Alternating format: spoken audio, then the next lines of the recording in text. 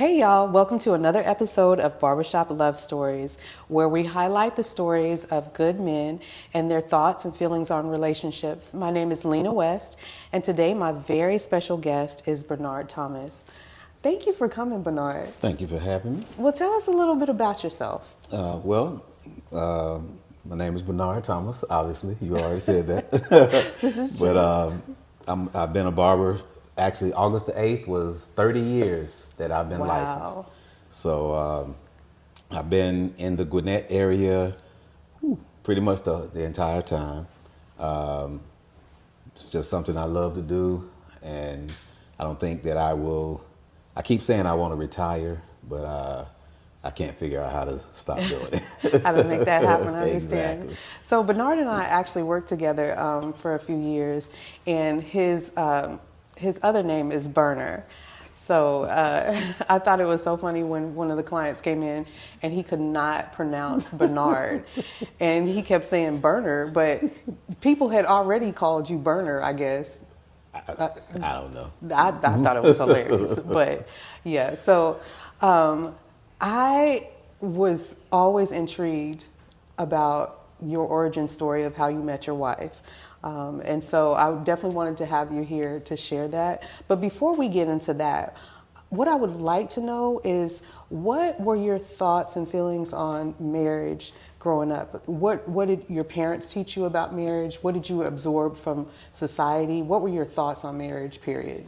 So it's funny, knowing nothing about what we were going to talk about exactly today, I was just thinking today that growing up or nowadays, I look at marriage and the way that some people may feel about marriage, because it seems like there aren't a lot of good examples that people have a chance to see. So my parents were my parents were divorced. My father's parents were divorced, and so my mom's parents stayed together forever, until they each passed away. But so my examples of marriage were basically Bill Cosby and Felicia Rashad. Okay. That was, what I saw as a good marriage. But coming up, I mean, my dad was still definitely in my life, so it wasn't like he wasn't there. He just was not there physically in the house. But we needed something. He was there. He was at all the games, all the events, activities, et cetera, et cetera, et cetera. So, but he and my mom just weren't together. And then he ended up getting remarried to his wife, and but he still made time to be there for me, my brother, and my sister. Okay. And so with that being said, did you really feel like you were missing much at all? I mean, I guess it would be your new normal. So my mom and dad got divorced. I think I was in 6th grade, maybe. So going from, being still in school, my dad actually still, if I remember correctly, drove us to school because he didn't live far away from where my mom lives. So, but yeah, so I don't feel like I missed anything. But now that I am married, it's definitely a difference in having that person actually in the house. You know what I mean? So that's what when I look now or think back, then maybe to wake up and he's actually in the house, maybe would have made a little bit of difference in what I feel about the way that marriages work. But I don't know.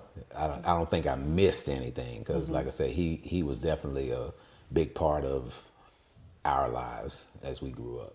Okay. I remember being like 13 in middle school and watching this old movie with Loretta Lynn, and it was called A Coal Miner's Daughter. And so she got married at 13. And so I was like, Oh, I like that. I want to Okay. do that. I want to be a teenage marriage. And ever since then, like that was just like my heart's desire. Like I wanted to get married like early on. And so with what you saw with your parents, was that a desire of yours or was that just something like, in the far off, I might do that, I might not do that? Yeah, it wasn't like something that I was just like, I got to be married, because yeah, that I wasn't even looking at that. I was just out there, doing what I felt I wanted to do, uh, keeping it clean. PG. But yeah, so no, I wasn't looking at marriage, and it probably I think I got married when I was 28. So I didn't get married until I was 28 years old. Okay, that was your That was first. my first marriage. Yeah, I got married when I was 28. Felt like I had done everything, that I wanted to do, and it was kind of like my partners and I. It was like four of us that were real tight.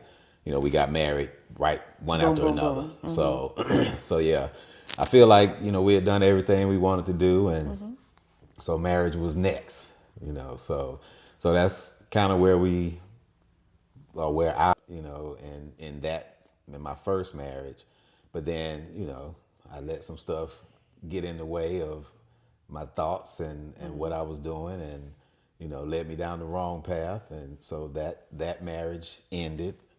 But How long was that marriage? it was 6 years. Okay. Yeah. So I was married for 6 years. Got two beautiful daughters out of that marriage. And So they are beautiful. so I wouldn't change a thing about it except for maybe doing some things a lot differently. Do you take full responsibility for that breakdown of Oh that yeah. marriage? Oh yeah, definitely. Oh, okay. Definitely. Yeah. I realized that I still had some things that, I wanted to do. It wasn't about anything like spirit led, God led, however you want to put it. It was, I'm still doing some of the same stuff. So you were a single married man. I was a single married man, Okay. or at least I thought I was. So, Okay. but no. So I mean, I definitely, I take responsibility for, some of the things that I did. Not everything was on me, but there were things that in my first marriage that pushed me to do some of the things that I ended up doing, being unfaithful and everything like that. So, but at the end of the day, I could have, Made different choices. made different choices Yeah. and not done those things. But I did them, and I take full responsibility for them. Okay. And so now, how long after that first marriage did you meet your wife? And So I got divorced in 2004, and I didn't meet my wife now until 2008. Okay. I didn't even meet her until September 2008. Now, when I say meet her, I mean knowing what her name is and she know what my name is, because we actually played on a softball team together, and for our church, and I was the coach, Okay. and she was one of the players out there, and because I was kind of going through my own thing, didn't notice her at all, and vice versa. I don't know if she noticed me, but but no, I didn't even pay her any attention until one day. She'll laugh about this story, hopefully. One day, like I said, I was the coach. I was the mean coach, according to her, because it was two coaches. One of them didn't care what the team did, but I I was the one that I would pull up and they just out there laughing and giggling, kiki ha ha, and I'm like, Coach, did they run laps yet? Oh. And so, like I said, so my wife, she talks about it now like, oh my God, he was so mean, but Right. we were winning. And that's what I always tell her. I said, but we were winning though. Weren't we? We So were. we were undefeated. Oh, And oh it my. wasn't because we were playing around out there. But this one time, like I said, I didn't I saw her. She was on the team, but I didn't know her like that. And I was trying to teach how to in co-ed softball. You can't really you can't steal bases. So she was standing on first base, and so I kind of came up behind her, like, okay, look, I need you to slide over this way some. So you moved her from behind? Yes. So Okay, that's very I'm inappropriate as a coach. I could have done the fellas too if I needed to, but we all kind of understood you can't steal, so you don't need to be this far off of the base. So I just kind of slid her over and put her on the base. And long story short, it was kind of like, you know, that, She's soft. let me move her again. Let me slide you over this way. But Goodness. but yeah, so that's that's kind of when it became like, okay, let me see who this is. So then some friends of ours were trying to hook us up, not knowing that we kind of knew each other already. So this husband and wife couple who knew each of us individually came to me one day, and they were like, "Bernard, we got somebody, we want you to meet." They told me her name and everything, and then I was like, "Wait," I said, "She works at the dental office, right?" And then they were in the background like, "Does she work at the dental office?" And I said, "Yeah, the person I'm talking about works at the dental office." And they were like, "Oh, okay." And then they said, "Yeah, well, she I think she's on the softball team with you." And I'm like, "Yeah, if you're talking about this person, yeah, she's on the softball team." And long story short, I already knew more about her than they did. Wow. And so I'm like, okay, y'all don't even know the woman. Y'all trying to hook me up. So, but they had an impromptu get together so the two of us could meet at their house. And so we went over, we met one another and formally, and kind of just took off from there. So Okay, so now, like, during that season of your life, were you looking, were you praying, were you like doing anything actively to seek a wife, or were you just like, I'm living my best life, I'm on the softball team, we winning? yeah, well, no, I was not looking. I definitely was not looking. Because again, like I said, I had already been married, and so I didn't think that this was going to happen again anytime soon. Because what I didn't want to do is pull somebody into a relationship with me, knowing how I was, and so that being said, I was single. I'm single, doing my thing. What I feel like doing, who I feel like doing, Okay. for lack of a better word. But yeah, so no, I wasn't looking. But hey, sometimes when you're not looking, that's what you see. Right, So right. And so, were you were in the church during that time, or? yeah. Okay. Oh yeah, I was way in the church. I was. Oh. Yeah, I was. Were you a musician? No, not a musician. Okay, a drummer? No. Because the way you tell this story. No, I was actually, at that time, I was on the worship team. I was in the choir. Wilding out. So On yeah. the weekends. Yes, indeed. So, yeah, it was definitely not very, not living what I'm singing about, Okay. because I was, again, I was up there, I'm soloing, Yeah. doing my thing, but yeah, not necessarily living it outside of church. Okay. And so, what was she ready for a relationship? Do you feel like? Was she looking for a relationship? I should say. I'm going to say did it just fall in her lap? It also? probably just fell in her lap as well, because she was actually coming out of an abusive relationship. So yeah, so she was coming out of an abusive relationship, so I don't think she was looking to get into, another relationship in general, not just, definitely not another abusive relationship. But Right. so yeah, I would have to say I don't think she was looking, but we just kind of gravitated towards one another. So best Interesting. way for me to describe it. I mean, yeah. Okay. And then I spoke to someone not too long ago, and they were just saying how they wish that they had been better friends. Do you feel like that you guys were solid friends before the actual marriage happened? Or do you think that it was something a little, I mean, more, I guess I would say, not exactly best friends, but very attracted to each other and, willing to be in a relationship. We now we actually we became friends, um, but I will say this: we as since we've been married, we have become better friends. Okay. Meaning, like we're like so tight with a lot of stuff in general. But at the time, I mean, we were still friends and definitely friendly and attracted to one another.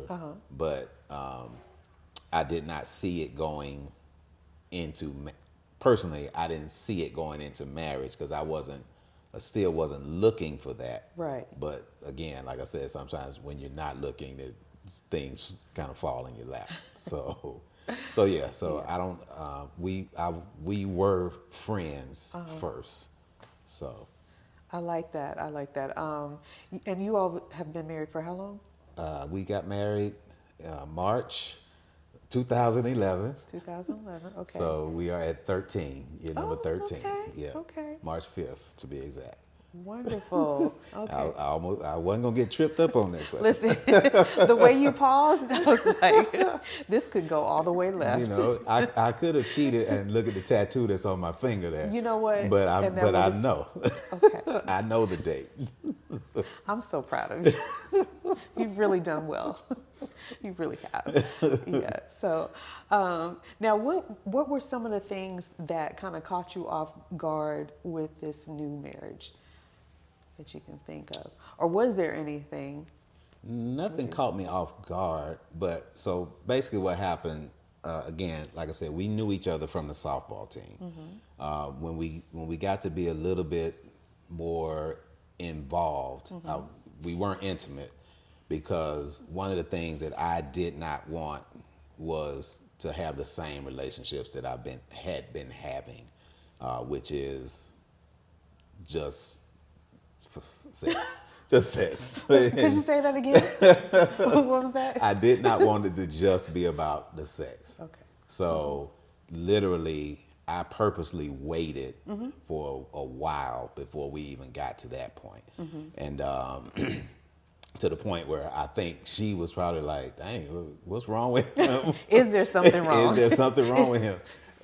Because yeah, I mean, dang, we ain't done nothing, but Just handshakes. yeah, How you doing? oh yeah, high fives, Yeah. What's up, nods?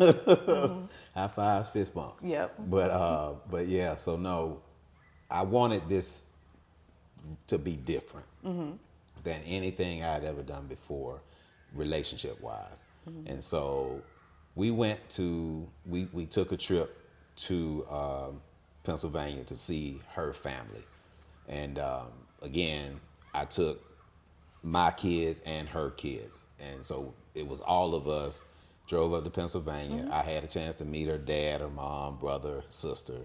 And on our way back, or when we got back to Georgia, after having spent a little time with them, and I felt I met her ex while I was up there. And when we got back, I realized, okay, I've been doing things differently, and I feel like I need to call her dad.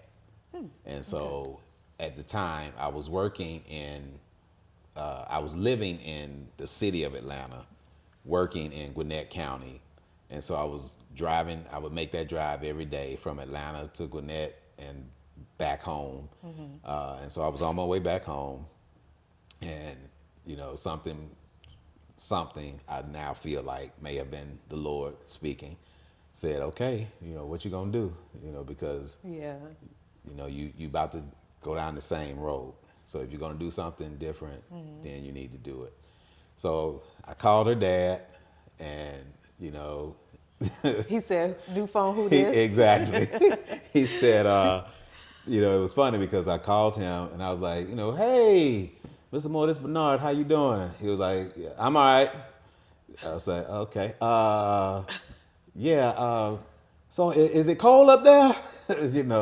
And I know he's probably like, man, well, you going to say whatever you need to say. Right. So I said, well, hey, Mr. Moore, I just wanted to let you know how I feel about your daughter, and I was wanted to ask you if I could have your blessing to ask your daughter to marry me. And he was like, well, from what I hear, you seem to be a good guy, and you seem like you got a good head on your shoulders, and yada yada yada. And so yeah, I will give you my blessing. I was like, okay, thank you so much, and I'll talk to you later. And that was it. But I felt like he was trying to rush me off the phone. Like, man, Right. I knew you was gonna call. So Yeah. so he rushed me off the phone, and I got home, and I already had a ring, and so I get home, and I wish my proposal would have been a little bit, like I see on Instagram and Facebook, Right. but Right. but this was a long time ago, so I just knew that if I didn't ask this woman to marry me, that I wouldn't be following what the Lord was trying to tell me to do. So Now, quick question: if her father had said no, would you have still proceeded to marry her? probably not, Really? not at that time, because I'm old school, and so I really would want to have the parents' blessing. Now her mom and dad are divorced, so I mean I asked him, but I would want her blessing as well. But I asked him, and I would hope that at some point when somebody want to marry my daughters or my son, well, somebody wants to marry my daughters, that they would ask me. so, Right. but yeah, I mean, because that's just old school thinking for me. Right. But if he would have said no, then I mean, maybe I would have felt like, okay, well, maybe now is not the right time, because we hadn't dated long. Like under a year? Well, like we met at the end of 2008. So again, we weren't really together until probably '09, sometime in '09. So, and we got married in 11. So it was 2 years Okay. prior, but I don't remember the exact day when I asked. So, so yeah, because yeah, so I don't remember when I actually asked, but yeah, if he would have said no, I probably would have just waited. Would you have like asked why and then maybe created like a game plan to get that yes? Or you would have just Well, paused and I been probably like, would have just paused because I don't want to. I wouldn't want to sway him. I just want to, and I probably wouldn't even ask why. I just would have said okay. He said no, and maybe he would have told me why. Knowing him now, he probably would have told me why, because he okay. is very outspoken, and so he probably would have told me exactly why he felt like a no was the answer at the time. Necessary. Yeah. So, but well, luckily he didn't, and I didn't have to worry about that. Correct. Correct. So, So now, how was the blending of the two families? And was that what did you expect that process to be easy or I didn't. easier? I didn't expect it to be anything. I didn't really You didn't know. think I about didn't that? think about it. Yeah, Okay. and it's hard. It was very hard. It's still hard even now. And the youngest is 19, and he was 3 when my wife and I met. But yeah, so it was hard then. It's still hard now. The only difference now is there's no child support that has to be paid, which takes money out of, you know, the household I'm in now. But Yeah. what happens though is during the period that I was paying child support and the kids were younger, it's the trying to be still trying to make sure that my children from my first marriage know, daddy is always here. Just like I was talking about with my dad, I felt like he was always there. He was always, if I needed him, boom, he's right there. And so that's how I wanted my children to feel. But then on the flip side, you know, my wife had three, and they were at the time 14, 10, and 3. Wow. And so I wanted them to know too, because their dad was not in their life. So I wanted them to understand, hey, I'm here for y'all too.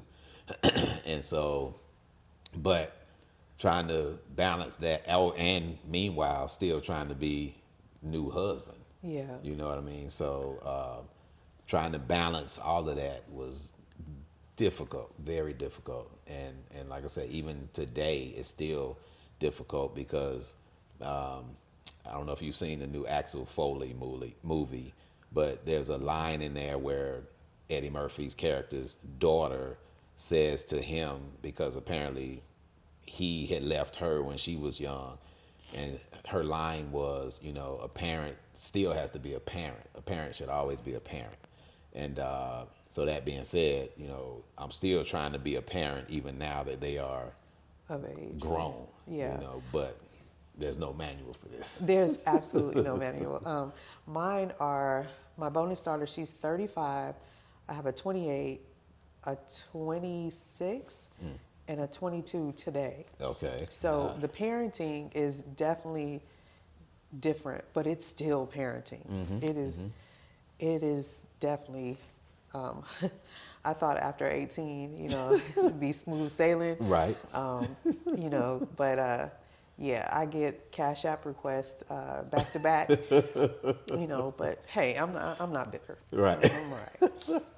But yeah. So. Yeah. That's my wife. Our plan was when the youngest turned 18, and we would say this all the time. When the youngest turned 18, you'll be 53, I'll be 52. We can go do what we need to do, and blah blah blah. And like I said, now he's 19, and he's still at home. One of my daughters is at home.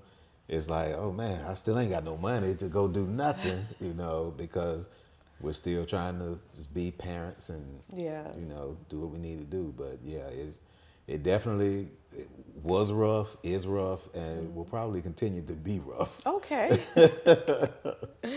So Interesting. We'll see. What have you taught your daughters about relationships and love? To be honest, I don't know. I have not sat down and had conversations, but we will from time to time, depending on which one it is. If let's say, and like you say, your bonus daughter. So let's say my bonus daughter, if she and my wife are talking, then I chime in from the sofa, like, hey, that don't sound good, or something like that. But she and I have never just had deep conversation about the next level as far as relationships go. Now with my other two,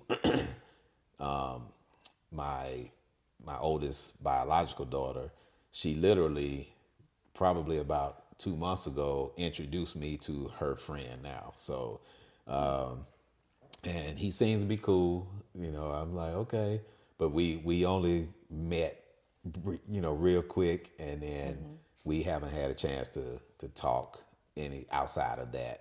And I told my daughter, I said, I was easy on him this go round because I wanted him to feel comfortable.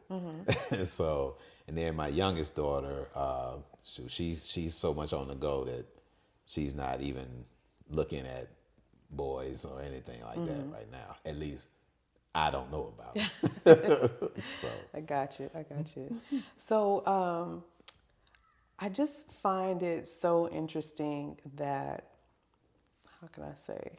Um, I guess that God blessed you in your mess because we have like 1,000 conferences that are sold to women, books, all kinds of things that say, well, you got to be working on dot, dot, dot to get a man and to get a marriage or a relationship or anything like that. And then here it is that God just dropped it in your lap and actually dropped it in her lap too. Mm-hmm. So, do you think that there's a formula to getting married? Or do you think it's something that like God distributes different blessings to different people and some get it and some don't? And there's not any hoops that you could jump through to attain that. I don't think there's a formula. I think that each individual person in general needs to understand whatever your view of marriage is. You need to understand that if for whatever reason God is ready to bless you with somebody, you need to be ready for that, because like I said, in this marriage, my thought process was, I'm not going to do the same things. I have to change who I am. I can't be wilding out. I can't be drunk. I can't be high. I can't do all of those things. I have to change who I am, because if God is going to be in this one, and I'm not saying that he wasn't in my first one, but sometimes, excuse me, God, let me close this door real quick. Yeah, so you won't see what I'm about to do. So, Yeah. so I believe that now, that in each individual person has to have the mindset of, this is what I want to do. This is what God is trying to do with me. And they need to take that and run with that, and not, well, this is how I'm going to do it, because then I don't think it's going to work. Do you feel like that you have grown in your marriage? That's a definite. Okay. That's a definite. Oh yeah, definitely. Sometimes though I feel like I don't see that, but when I hear from other people, example, so my wife and I both work at the same place, and just today, when I went in the break room, she was in there on break, and there was a manager in there, and the manager was saying, "Hey, I forgot to tell y'all, we were talking about y'all in our managers meeting. Really? Just how y'all interact. We love how y'all interact." And I'm like, wow, okay. So, so I know others are watching, and that's not just at work. That's at church, at home, at wherever we go. We know that people are going to be watching, and so, but we're not trying to fake because we know people are watching. This is just who we are. And so I know I've grown a whole lot, because people were watching the first time too and be like, "Ooh, boy, Train wreck. he up there on the choir stand. I saw him last night." Like, okay. So That right there, right there. I think just like how you interact with your spouse, people are watching. I watch. Like there's particular couples that like I enjoy really interacting with because they're respectful to each other, they're kind, and that's not always the case with other. I think a lot of people, they may have like I don't know, maybe chemistry and there's this fire between them, but they aren't really like good friends, or they aren't really, a couple that I would aspire to be, or whatever. So people are definitely always watching, and your kids are watching. So I think that's huge. So that being said, tell me about her. Like, what do you like best about her? I can't say that. I'm just kidding. G-rated again.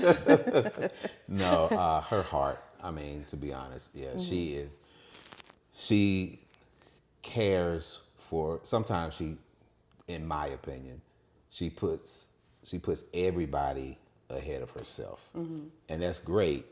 But then there's none of her left for herself, and you can tell it wears on her. So, but that's her heart is what I love the most about her, outside of the physical.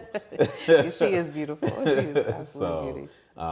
but yeah, and I don't know if that's what drew me to her, because like I said, we were in the same place a lot of times, and that was, and it wasn't the physical thing that I saw either. It was, we just were in the same place.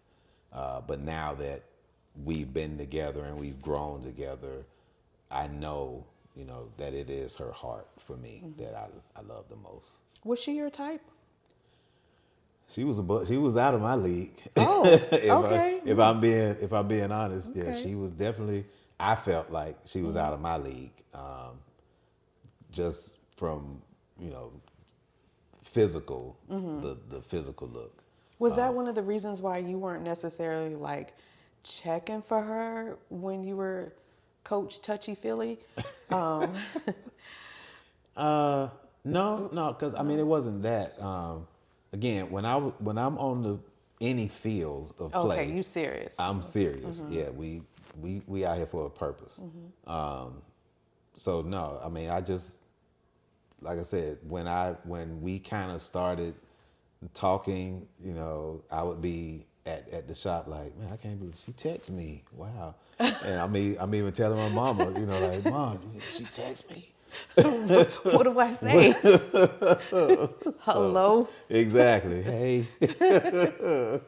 But no, I mean, I honestly felt like, wow, man, somebody like this is actually interested in me. Not to say that anybody else I've ever messed with was not a beautiful person, but Right. in this case, I just felt like, oh, wow, okay. Well, did you ever feel like, not necessarily that you said she was kind of out of your league, but just because what you knew you were doing, that you weren't ready for her? And that you had to play catch up and try to...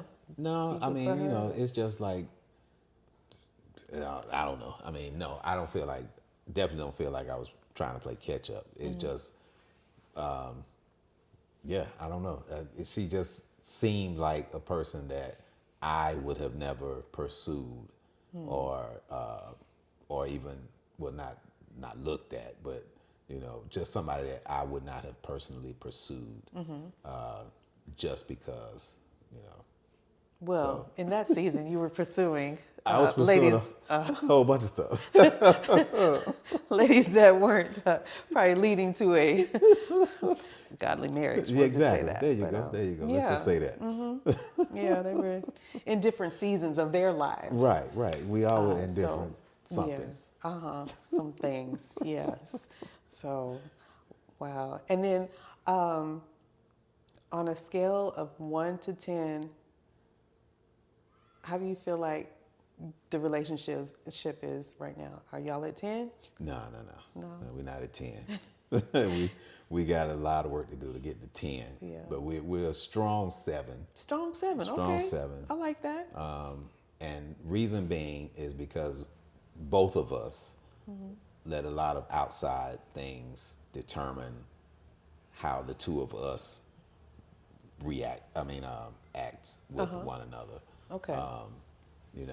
So. Okay. Yeah. All right.